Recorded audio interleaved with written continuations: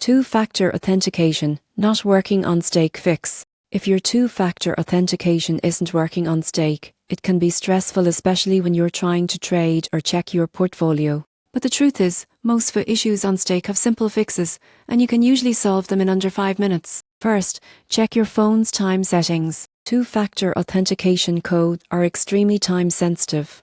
If your phone's clock doesn't match stake servers exactly, your code will always fail. Go into your settings, turn on set time automatically, and restart your phone. If you're using an authenticator app like Google Authenticator or Authy, open it, go to time correction for codes and tap sync now. Next, update your apps. Outdated versions of either the Stake app or your Authenticator app can cause synchronization issues. Open your App Store, install any available updates, and try logging in again. If you're using SIM's verification and not getting the code, toggle airplane mode or switch from Wi-Fi to mobile data. This refreshes your connection and can fix message delivery problems. If you recently changed phones, deleted your Authenticator app, or factory reset your device, you need to reset your FA. On the Stake login screen, tap Can't Access FA and follow the recovery process. After verifying your identity, you'll be able to set up two-factor authentication again. Here's a tip that many users overlook: always save your backup recovery codes securely when setting up FA.